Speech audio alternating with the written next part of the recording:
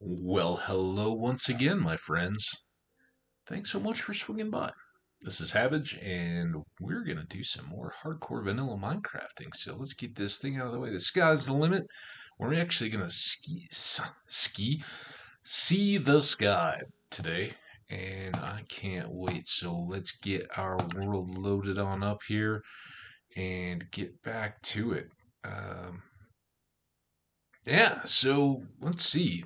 Last episode was a bit exciting, huh? We finally dragged our Ghast back, kicking and screaming um, through the portals we created, got them contained and set up, and got an advancement for our troubles. It's pretty nice. So I'm just gonna jam all this stuff in here.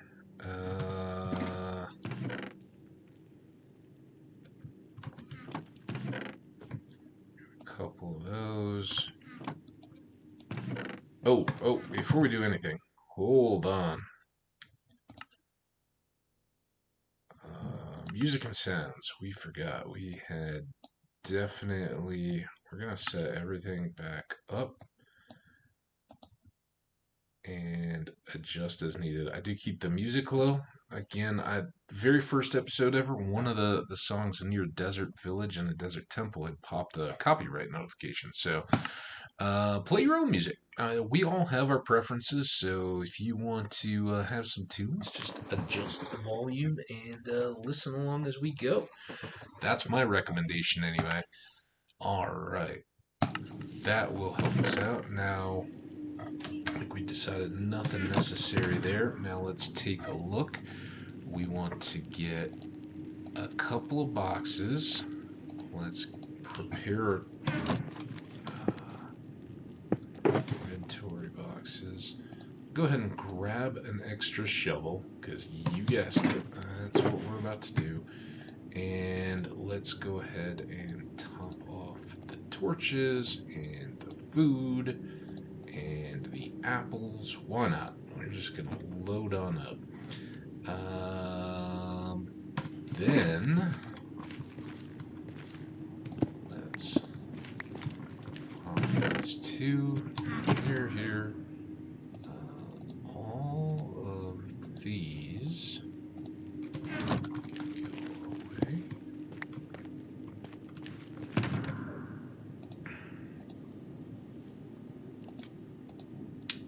Got our bed.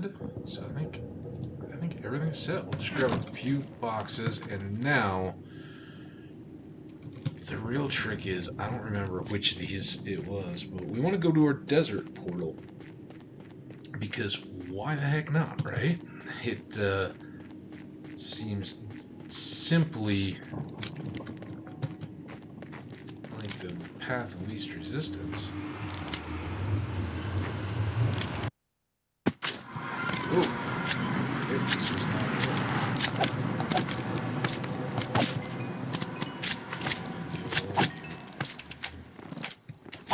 it. Should maybe make some signs now that we're kind of out of the Ghast pushing through business. That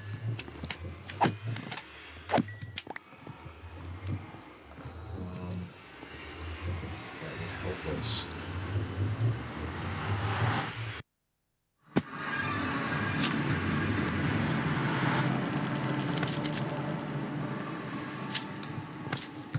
I know if I would like to just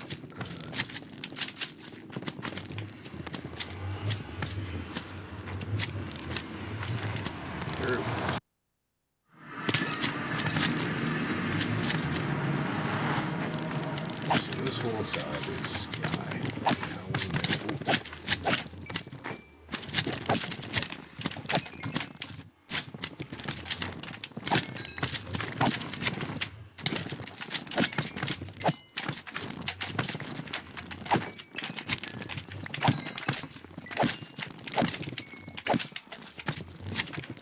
Nothing like a little combat for breakfast, huh? Get us started the right way.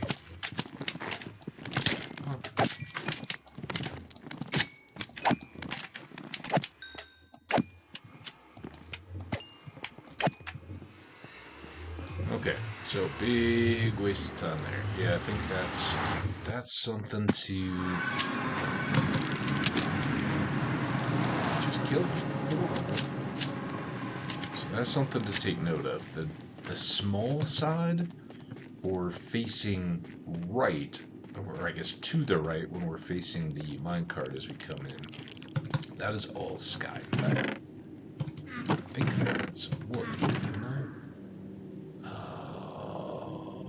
It's probably in this one. Darn it. Blue? Guess it was blue.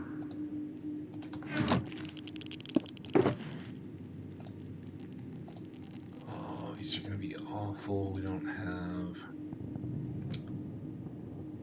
any of the, like the glow sign stuff.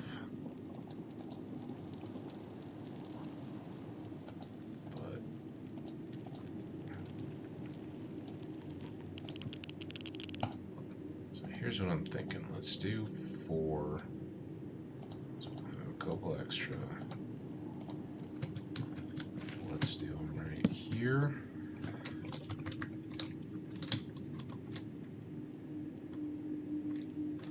We can do sky, right?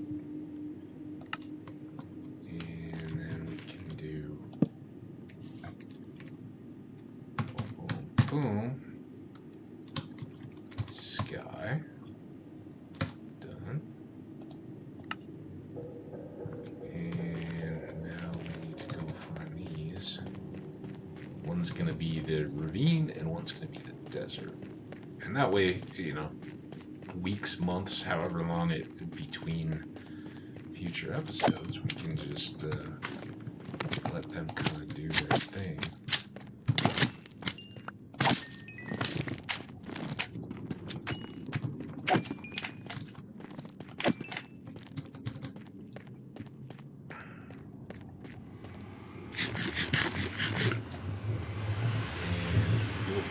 Pop back up and know immediately where we're going. So my hope is,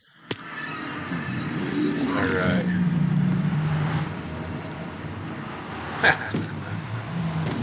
So this is our desert. Who's banging on my door? What? What's your deal, jerk face? Got enough of the zombie in you, huh? I thought we were pals.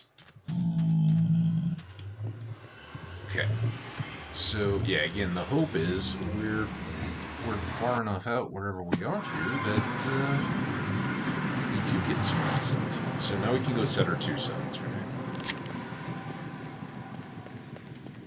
Because by elimination, we know what both of those 2 are. We can pick up our boxes and be off.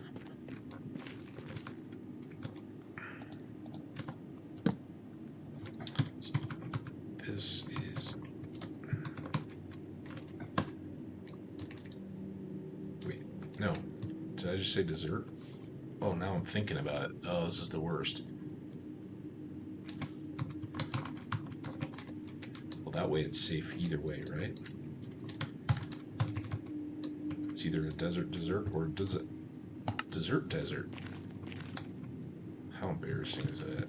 Like I said, spelling was never exactly my deal. Ravine. And this one is that way. Alright, everything look good and accurate. Let's dump those. We don't need them. These 2 away. Hold those. Oh, we should switch. Particularly that gold. And the rest of it will leave for now. Nice little surprise someday. Okay. Put you 2 away.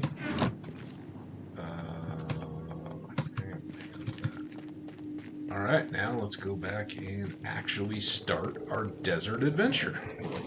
What do you say? And we've kind of accepted the fact that this is This is more about having the materials ready to go than dry necessity. I think we've got enough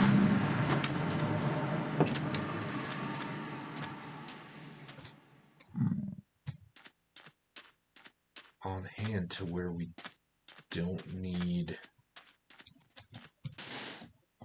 I was hoping that would all drop out.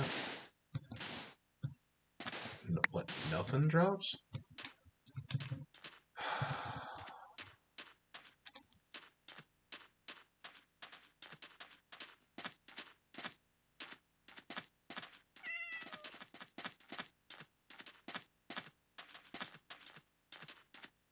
Hey, glitch.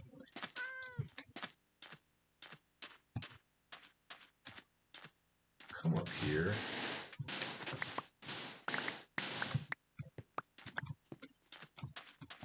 I don't think until or unless we expose any copper that we're going to really know where we're at, or if we're in chunks, but it may also be a...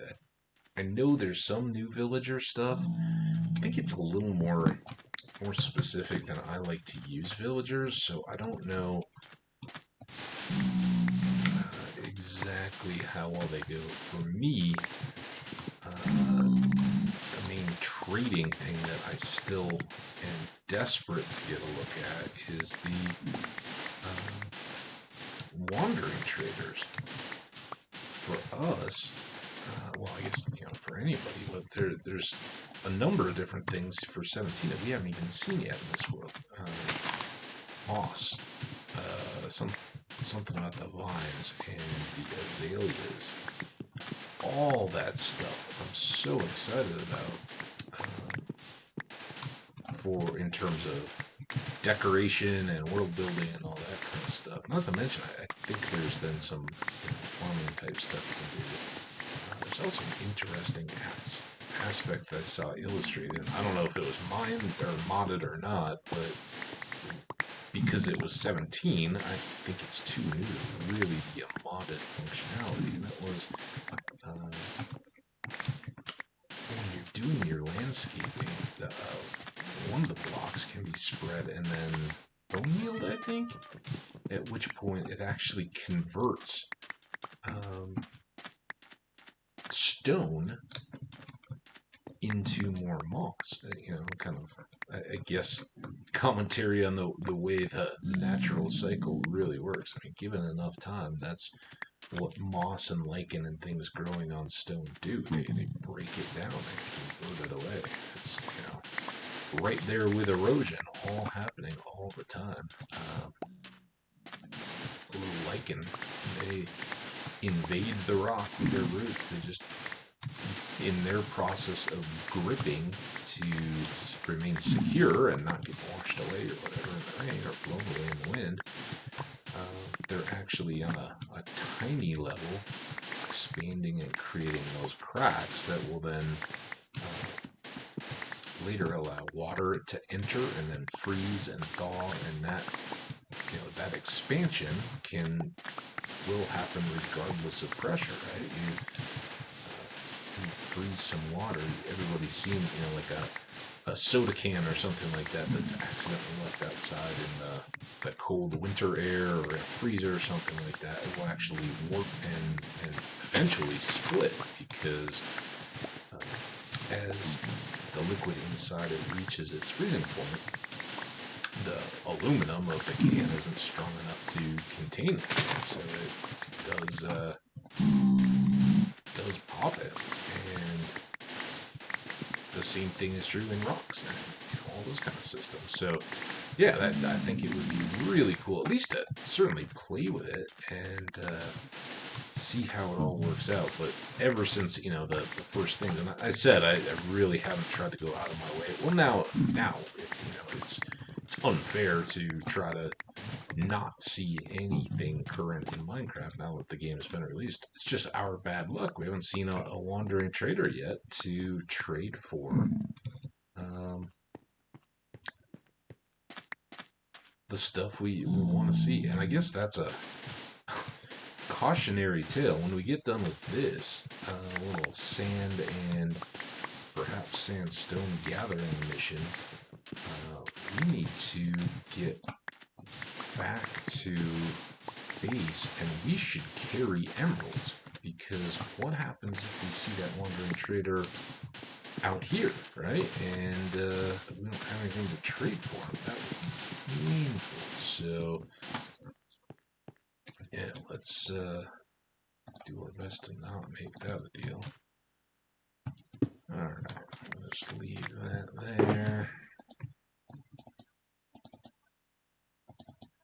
Come on. Phew.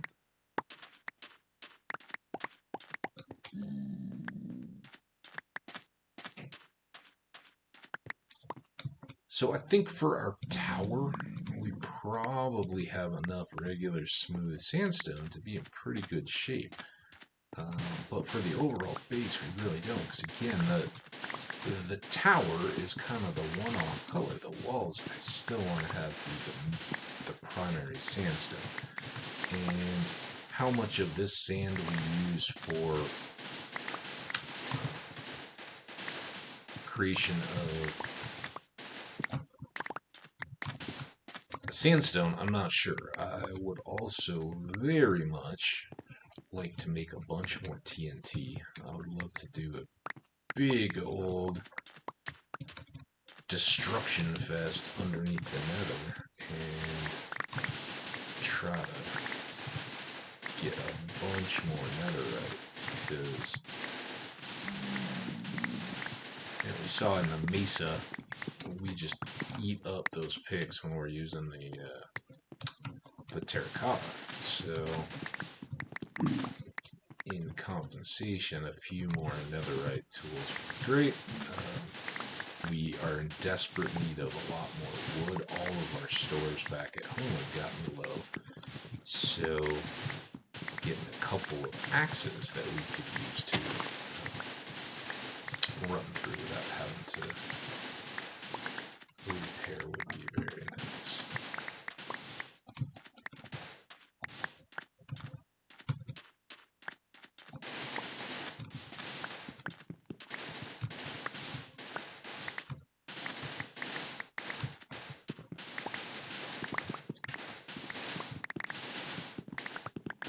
I do like that little poppily sound of picking up loots.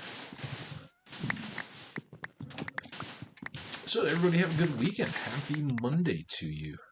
At the time of this recording, it is Monday the 28th of June. How are you?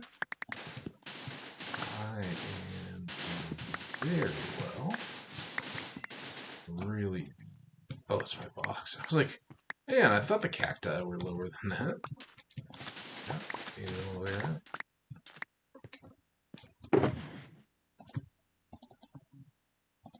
There we go.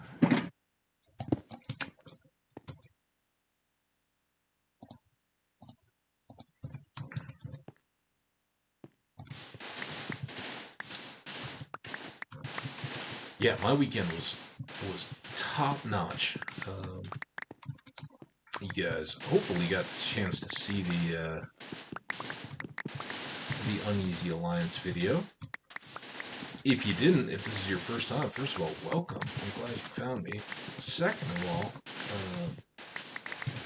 drop a comment and let me know what brought you this way. Did a friend spread the word? Did you just find us searching or through a YouTube recommendation? Or, what's the deal? Then, while you're at it, consider hitting that like button.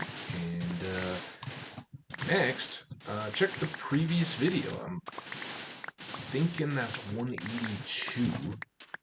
And watch us drag a Ghast back through a portal to take him out in the ravine. The one section that we haven't actually been to yet in our signing and figuring out which ones were which was the one where we actually got our Ghast. And all of this represents a bit of a sidetrack. We have a base back in obviously the overworld. It's a bit of a 17th, maybe 18th century kind of inspired, and in no way historically accurate or anything like that. Don't get it confused with something more than it is. It's just kind of a fun idea. We were talking in chat, or I was talking. You guys were probably not here, but back in World 4 was the 500th anniversary of not only the death of, but the kind of midpoint of the Ferdinand Magellan circumnavigation of the world. And it's a bit of a misnomer because he didn't make it.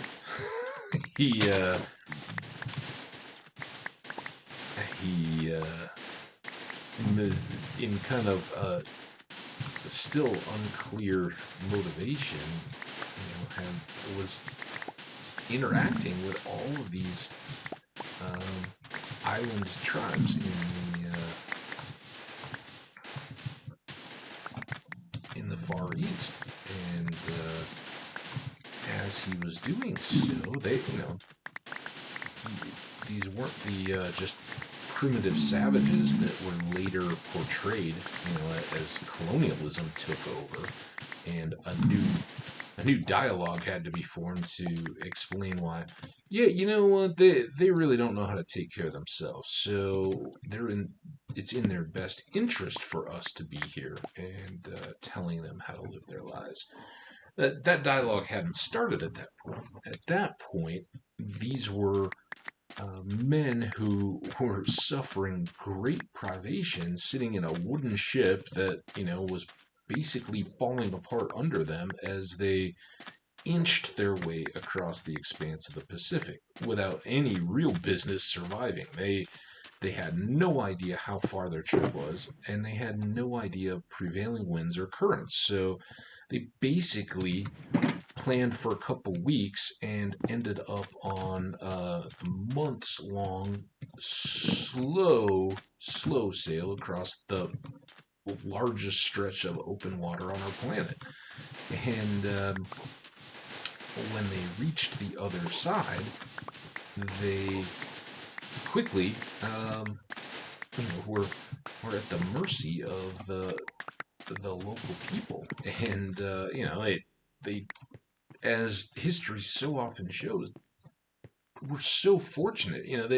They were treated so much better than they were ever intended or deserved to be treated, based on what was to come. But again, one of the popular misconceptions is that while they were on a discovery mission when it came to islands out in the Pacific, and the fact that the Pacific itself and the great expanse of it was completely unknown, and how little of it even had, desert islands. It's basically just a whole lot of open water. So in that sense, yes, they were on a voyage of discovery. But beyond that, they weren't.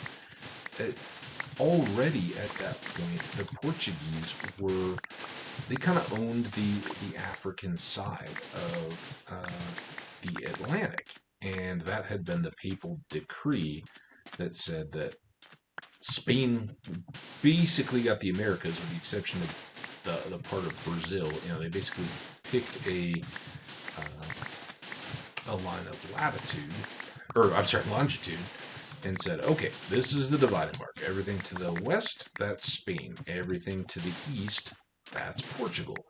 And it's telling, the European politics of the day. Not only was there no consideration given to the rest of the world, or the fact that the people that already lived there might have a say, it was further decided that, contested France, and you'll see what I mean, far-wandering Germany and England, who had already fomented the revolution, the Reformation, not revolution, they were kind of discredited, right? The Catholic Church, and to be fair, Portugal really started the Age of Exploration.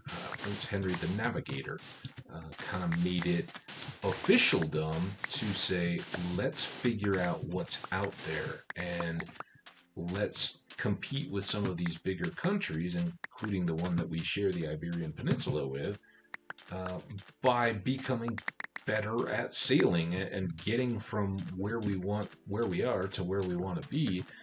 We can do that better than they can if we have better charts and a better understanding of how long each trip will take, better landmarks. So we're gonna kind of approach this intelligently, not just haphazardly. And if you're sailing for me or our team, you're not going to keep those ideas to yourself. You know, it's not going to be like trade secrets among the captains. It's going to be everything you learn, we all learn. And in exchange, you get the benefit of everything that everyone else learns. And we're going to protect that. So they had vaulted to a very early lead. It's why Columbus was the one that was pitching this idea of sailing west to go east, right? Portugal had so completely locked down the route around Africa. They were methodically exploring south along the western coast of Africa, and as they went, they would establish these little forts that would protect the freshwater sources, the good harbor, any place that you would need as you were making these voyages to resupply, repair your ship, get fresh food or water or all the other essentials that you were going through. They locked them down. They were very savvy about that, and that's the beginning of where we're representing with our Minecraft base. Is we represent one of those where you've kind of been put in a position where you've pushed out to the edges of the known world and effectively been dropped there, right? And the ship sailed for home and said, great, we got your coordinates on the map, and we'll see you sometime. And a lot of those times, those ships didn't make the homeward journey. And the people, maybe got found decades later hanging out when the next ship happened along. And they were like, hey, what's the word? How's things going? And they find out that the world has changed mightily since they last got the news. And in the trade-off, what would most often happen, and for folks in the United States, you may be familiar with the Roanoke colony, which was the first settlement attempt, and in a very similar fashion style, I guess, the ship that had brought them departed to go back for supplies and more settlers, and by design, that was the plan. It wasn't like they got abandoned. But when they came back with those additional settlers, supplies, and all the rest, there was nothing left. There was a little mysterious sign on one of the trees, but no sign of the settlers had been found. And the question, the great mystery of it becomes, where did those people all die? Was there disease? Were there, did they starve? There was no sign of them. It wasn't like there were a bunch of bodies or anything, but had Indians come, and attacked and carried them off or anything like that. No, nobody really knows, and it makes for great speculative fiction, but at the same time, it was, these were the real uncertainties of the Age of Exploration. And what we're kind of imagining for our backstory here is that, we got dropped down on the far side of the world from any known civilization.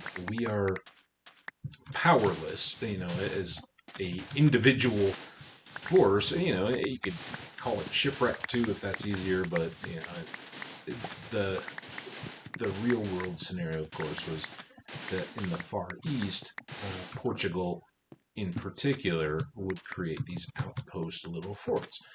And they became hubs of Portuguese civilization, trading centers to interact with the local peoples and governments, and remain secure against raiding and attack or any misconceptions that might have happened.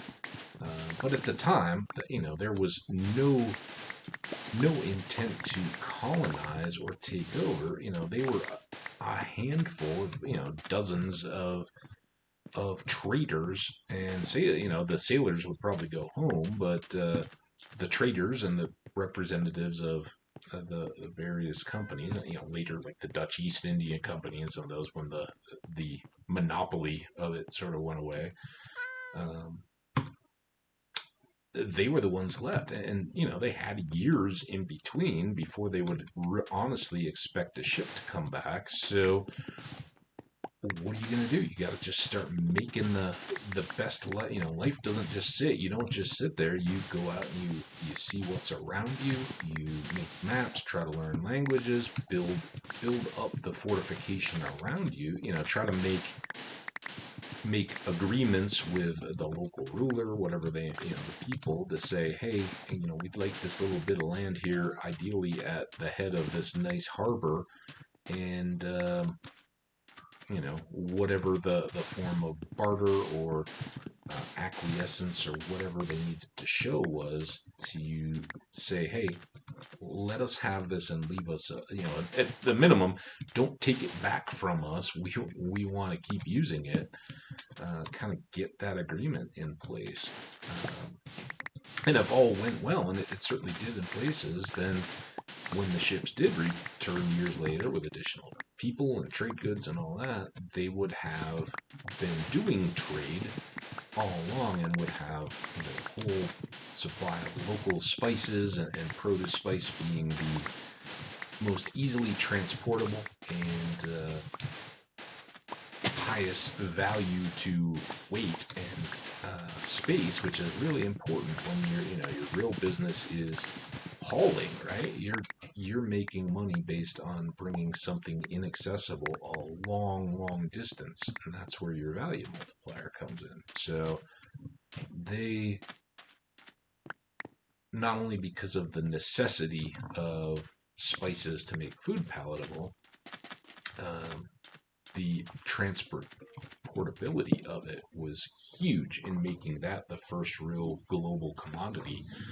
And in some ways it still is. I don't know current rates or anything like that. There was certainly a time when saffron was just as valuable as gold per ounce. There's also a consideration to be made for taxes and exclusivity. When I was a young man, I happened to know that an ounce of marijuana was the same value as an ounce of gold. It was just crazy. College kids would all the time pool together to get that much money, but they sure weren't going and buying gold with it. They were literally burning that money up in front of them. Kind of silly. But yeah, so there are still things that are transportable, less bulk, more concentration of wealth that they could then transfer it. When you think about how much a clove could go for that wouldn't perish, wouldn't rot or anything like that, it would be securely stored in casks or barrels or whatever that would keep it protected, stored in the hold of a ship, and get a ship that's literally jammed with those high value goods. You're going to be in real good shape when you get those back across literally around the world. So kind of fun. That's our kind of our story, and we've just expanded out from there. But we are building what is a very free form and just kind of built on winds, but kind of a sandstone, low coastal fortification that is semi-reminiscent of the period, and just trying to use that as a color palette and a theme and a style. So lots of regular sandstone and red sandstone out of our mesa, and the tower that we're going back to build is kind of a contrast. It's going to be white on red as opposed to red as an accent on mainly white sandstone. So just a little counterpoint to what we've already done. And we do have a gatehouse that sort of uses that same idea, but I think the tower can be a bigger and more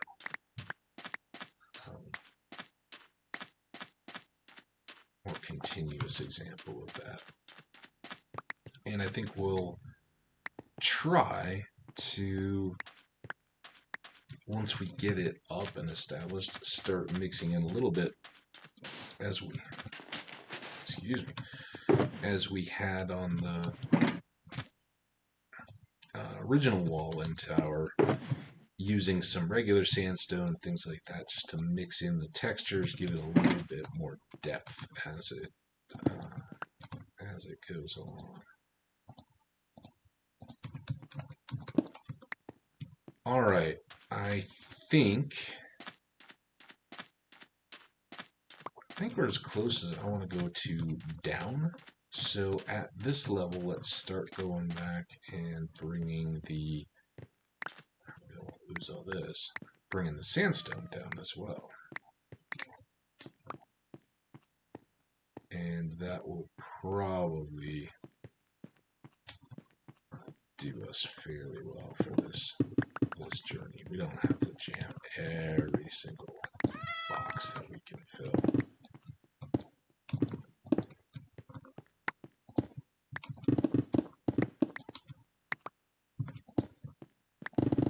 But as seen, we've got a pretty good supply of glass, and we're not using glass heavily in our current build, or the base build. Some of the others, the nether highways and things like that, those very heavily depend on glass.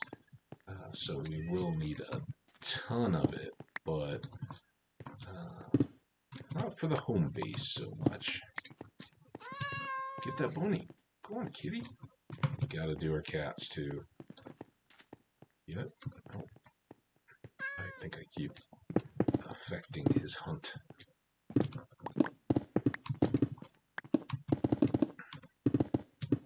Yeah, we quickly looked at advancements at the end of our last episode, kind of where we stood, what things are closed. We're getting there. Uneasy Alliance was definitely up there on the list of challenging ones. We've got a few more throwaways. I think probably the easiest that we have out there right now that there's a couple.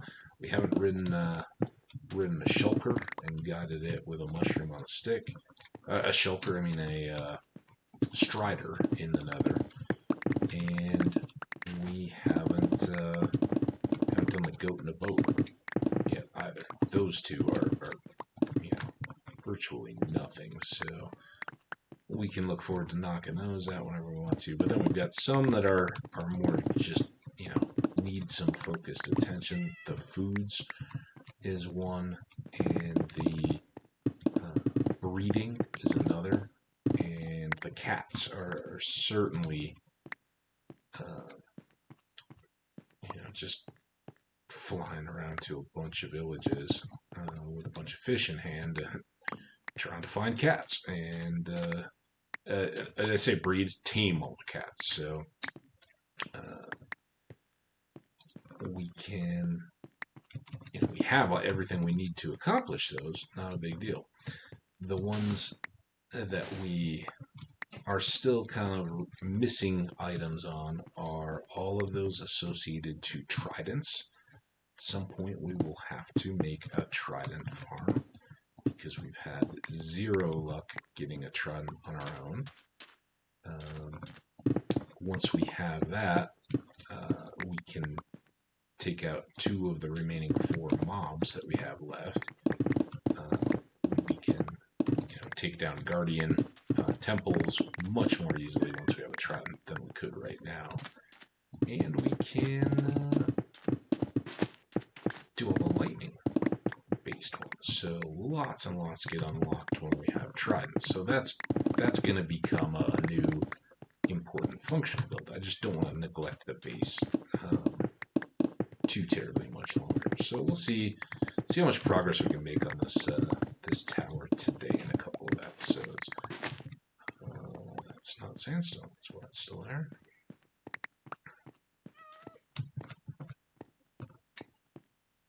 But yeah, that's the state of the world address. I guess we've made some real good progress. Got a lot to do, and I covered this kind of recently, but I think it bears repeating, because I think at this point it's so unfamiliar in streaming and YouTube and all that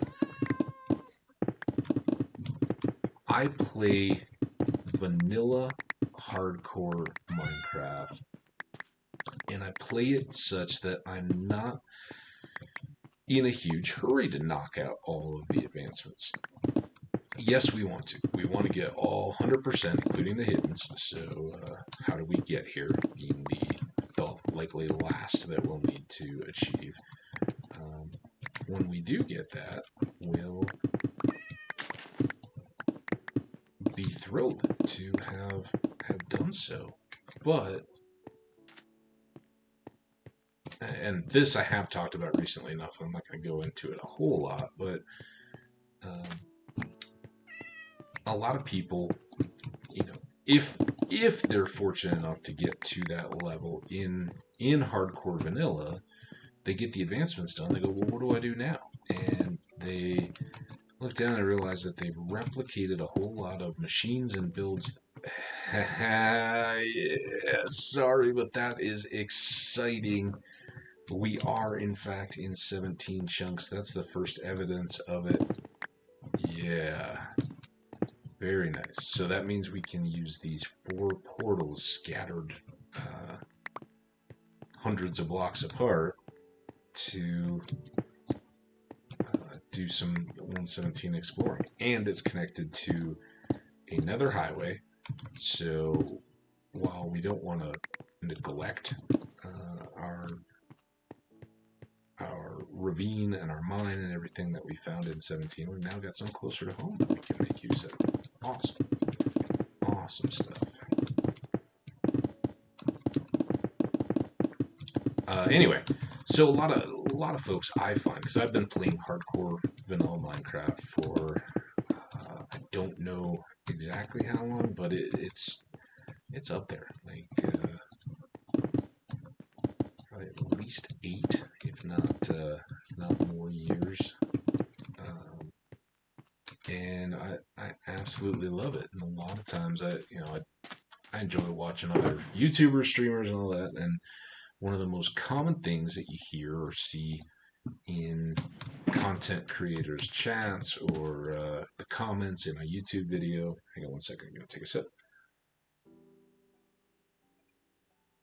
Is, how do you not get bored playing this Minecraft stuff? It's so old and it's so boring. Why would you do it? And I watch a ton of people either rush through all the advancements and things so that they've exceeded the adventuring part of the game, or they start trying to replicate exactly what they see in their favorite streamers' channels, which are huge projects, which are really, really, really good for filling time when you're streaming multiple hours a day. Doesn't mean they're ideal for solo play. when you have an audience and it's built in and established and they're coming around, that audience has a certain gravity of its own. Your audience members are going to populate your chat just wanting to hear and be heard and be acknowledged for contributing. You know that there's a rush. Twitch knows it. That's why they exist. Why it's such a popular feedback. But it's the same thing as calling into a radio station just to call out a dedication or whatever that your girlfriend's never going to hear. And that may date me just by referencing that. But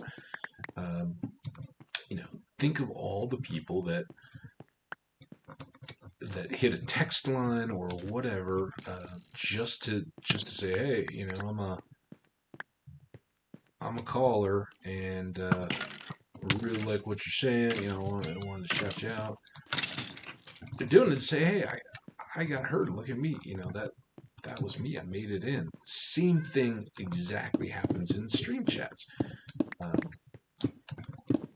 You want to have the streamer call out your chat message amongst all the others. So you try to say something really edgy, or you try to have a funny joke, or you try to have a fresh take on what they're doing, or offer good advice, or offer bad advice, or whatever it could be.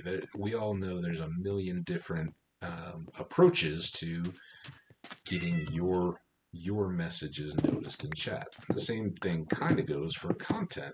How are you going to set yourself apart? How are you going to be different?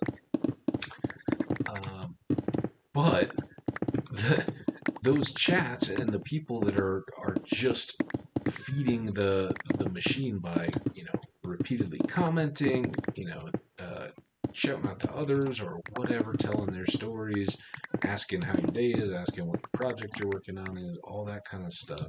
Those dry up and go away when you're playing a world of your own.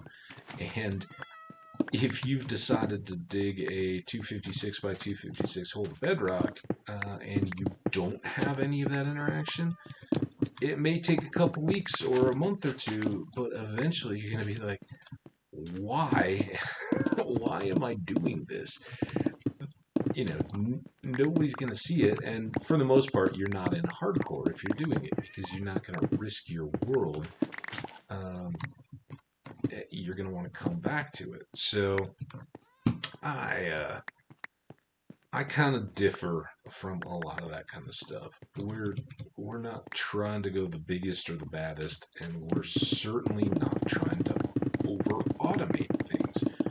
We don't need to build every farm that everybody else is building right out of the gate, because we can get by and we can gather those materials, and understanding that exploring as you are doing gathering missions is a lot of fun. Once you've got something that produces all the iron you're ever going to need, you never need to go iron mining again. You've just locked out a whole bunch of the fun of the game, because now you don't have any reason to leave your base. You just sit there surrounded by machines that are steadily humming around you. And when you build a game that works as well AFK as it does when you're present, you kind of just obsoleted yourself from your own world. You don't need to be there anymore. That's exactly the point. It's like, okay, now what do I do? So we try to celebrate the opposite of that. We try to celebrate we're just doing stuff while we're here, and that doesn't mean we won't try to make efficient furnaces and things like that to cook our ore when we're there.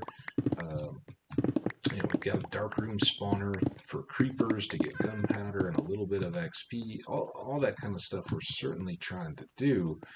And we may end up, it's hardcore, and we had 4 worlds before this, none of which made it, beyond 30 or so hours of light before I lost them. So at any point, we could lose this one too. I don't want to lose it, but it's certainly a possibility. But between now and then, we're going to do our best to keep it going and keep it full of content. Now, I lost a box again, haven't I? I suspect. The other side.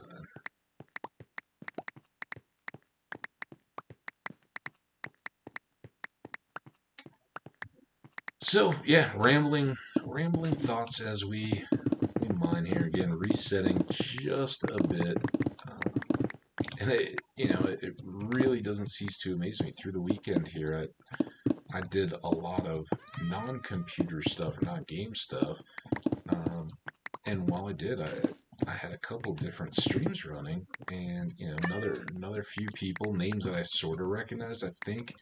Um,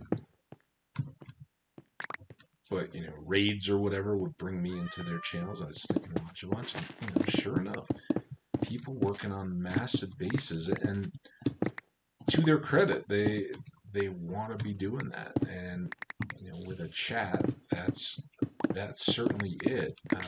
And whether your chat is 5 people or 500, really doesn't matter. If you're having a good time, you're talking to them, people are enjoying it, have at it. I just, at that point, I'm really there for the people, and shaking my head as I'm like, well, all right, we'll see how far that hole gets, and just I enjoy. I found some great people. I spent more hours in a couple chats than I'd ever intended to, just because I kind of got caught up. It was great, but I shake my head. I'm like, man, that is just not my style. I personally would be right there in the on board camp. All right, well, it's day 400 that we're going to dig this hole. Come on, let's all go. And you guys all are check in now. You can say, hey, I was there, episode 183, when you said I never want to dig a hole. We may someday find we're doing that. But personally, I'd like to do as much of it as I can, quote unquote, naturally, which is just let it unfold and use the natural tools and stuff, however, whatever inspires me in the world to kind of fill those things out, before I get into massive projects. But I also kind of want to have this trinity effect of balancing the gathering and exploration, which I group as kind of one category, and that's what we're doing today. We're out gathering sand and sandstone, not particularly exciting, but the excitement comes in the fact that we used a portal built for a different purpose to get here, and found that we're in 17 chunks. This is great. We've got new stuff. We've got a village that we have yet to explore. Not that villages had been particularly exciting before this point, but this is a 17 village, and it would be great if it had some goodies for us. So let's go take a look. I really don't think it will. I think I forgot this one.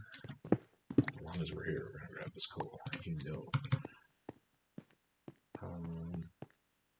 We just get to in the pursuit of an advancement, which again is another tier, the advancement and adventure tier, and that's kind of combat. The advancements certainly are a guide to forcing yourself out into a larger world within Minecraft and exploring all that it has to offer.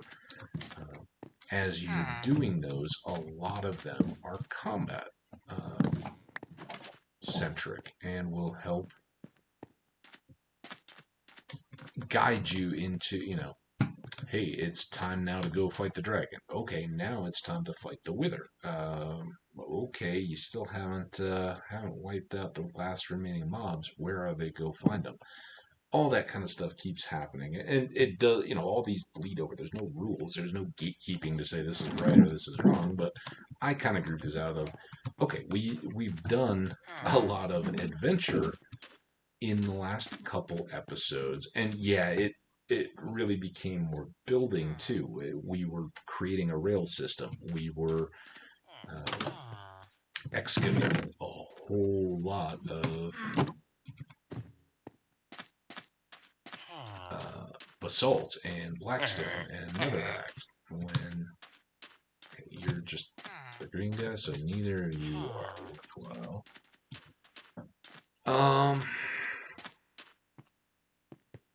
So yeah, we did adventure. We got an advancement for pulling the Ghasts back through, and I'm surprised at how many people are like, "Oh, I hate Ghasts." And it's like that's where these advancements help you. You won't feel that way anymore if you've kind of gotten to the point where you learn how they behave by trying to get them through a port. You know, you learn a whole lot about, yeah, you're going to see a lot more of the lava slimes than, and I would respond, I hate dealing with the lava slimes way more than the ghast. Ghast fireballs hardly do anything to us unless they have the potential of breaking the floor underneath us and dropping us to our death. Hey, just keep hitting me in the face with your fireballs. My armor is good for that. Um, those lava slimes on the end, the big ones, if a couple of those come at you and start jumping on your head and get you trapped, good night. It was fun to play, but you're done. So, you don't have anything new. You don't even have a job. Ooh, blacksmith. It's over here. Do you have copper stuff? Hi. You have a bean of arthropods. So that's the problem. I don't know. Ooh, take those. Definitely take those and those. Thanks, sir. Um, yeah, I don't know what level, if any new trades are out there. And I think there are a few, but where they are, who you have to, trade up to get to a certain level, no idea. So I didn't see anything, just like the other villages. Got nothing there. Let's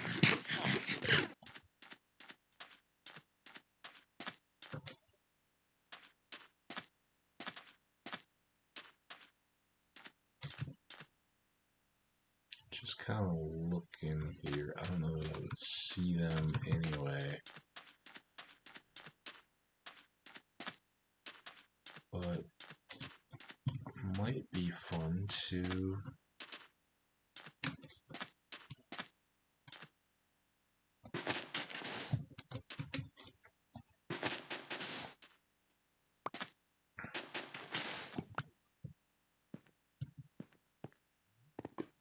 go underwater.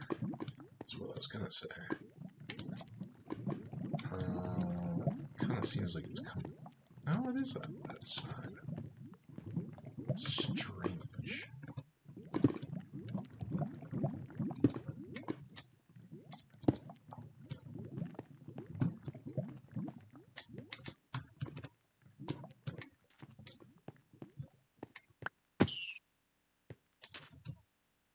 You know what? Before we do anything more, because I have not looked at all, let's come back over to near our portal enclosure here. And let's park and check the time. 59:11. Hey, look at that. All right. Let me get back over here. Let's go ahead and save. That was a good adventure. Well, not super adventure. We killed some more lava slime, but where's the adventure in that? And we dug a bunch of sand and sandstone, which is good. We can load all those back into our ender chest and take them on back to base, and I think that will be our next focus. But as we get ready to do that, I think in the next episode, rather than gathering anything, now that we know it's 17, let's go have a look around. We're going to swim in the ocean, check the biomes immediately around us. Maybe see if we can come within sight of the other portals. Although the other one closest to us, I don't know whether it's above or below us, north or south, or east or west of us, whichever ways we have them aligned. No idea. And I think it's in a ravine, so I don't think there's a lot of good one way or another out of that. But we'll go poking around, see if we happen to find anything. More importantly, if we happen to find any 117 goodies, then we'll go back through our portal, back to the base. Maybe do some building and try to remember to grab emeralds into our commodities box or consumables box so that we always have them ready. Then we can come back and explore others as we want to, however we want to do it. But if we then catch a wandering trader, we'll be in good shape. So let's transition there and say thank you guys so much for tuning in. Hope it was your first time. If it was, hope the description kind of helped tell you what we're all about here. Give us a few watches. Let's see what we're up to. You should get a good variety if you watch the last one with the Ghasts, this one with some gathering and some 117. And if not this next one, then the one after, we'll get back into some building again, which I'm really actually looking forward to. It's been too long, so we'll get into that a little bit too. But until the next one, even if that's already ready to play as you're clicking on the playlist, go ahead and hit pause and take a break. I'm going to do the same, stand up, maybe go outside. It's another potentially rainy day, nice and cool. I shut the doors because it was a little loud outside, but hadn't had any rain yet. But I think we've got a pretty good chance of more afternoon thunderstorms or showers or whatever. So watch for those. I'll keep you posted if anything comes. But I'm gonna throw a few more of these up today, and can't wait to welcome you back in the next time. So take care of yourselves until then. Do move around a little bit. Give your eyes and brain a break. Take care of yourselves and somebody else around you, and stay those awesome, wonderful people that you are. Hit the likes, hit the comments, and subscribe to get updates on when the next video will drop. Till then, see ya.